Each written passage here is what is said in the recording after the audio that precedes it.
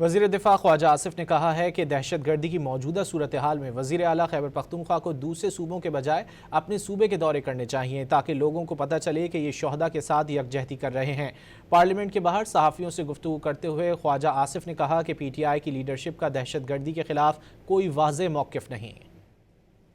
समझता कि किसी भी सियासी वर्कर को अपनी कॉन्स्टिट्यूंसी जो उसका सूबा हो वो छोड़ के दूसरे सूबों में जाके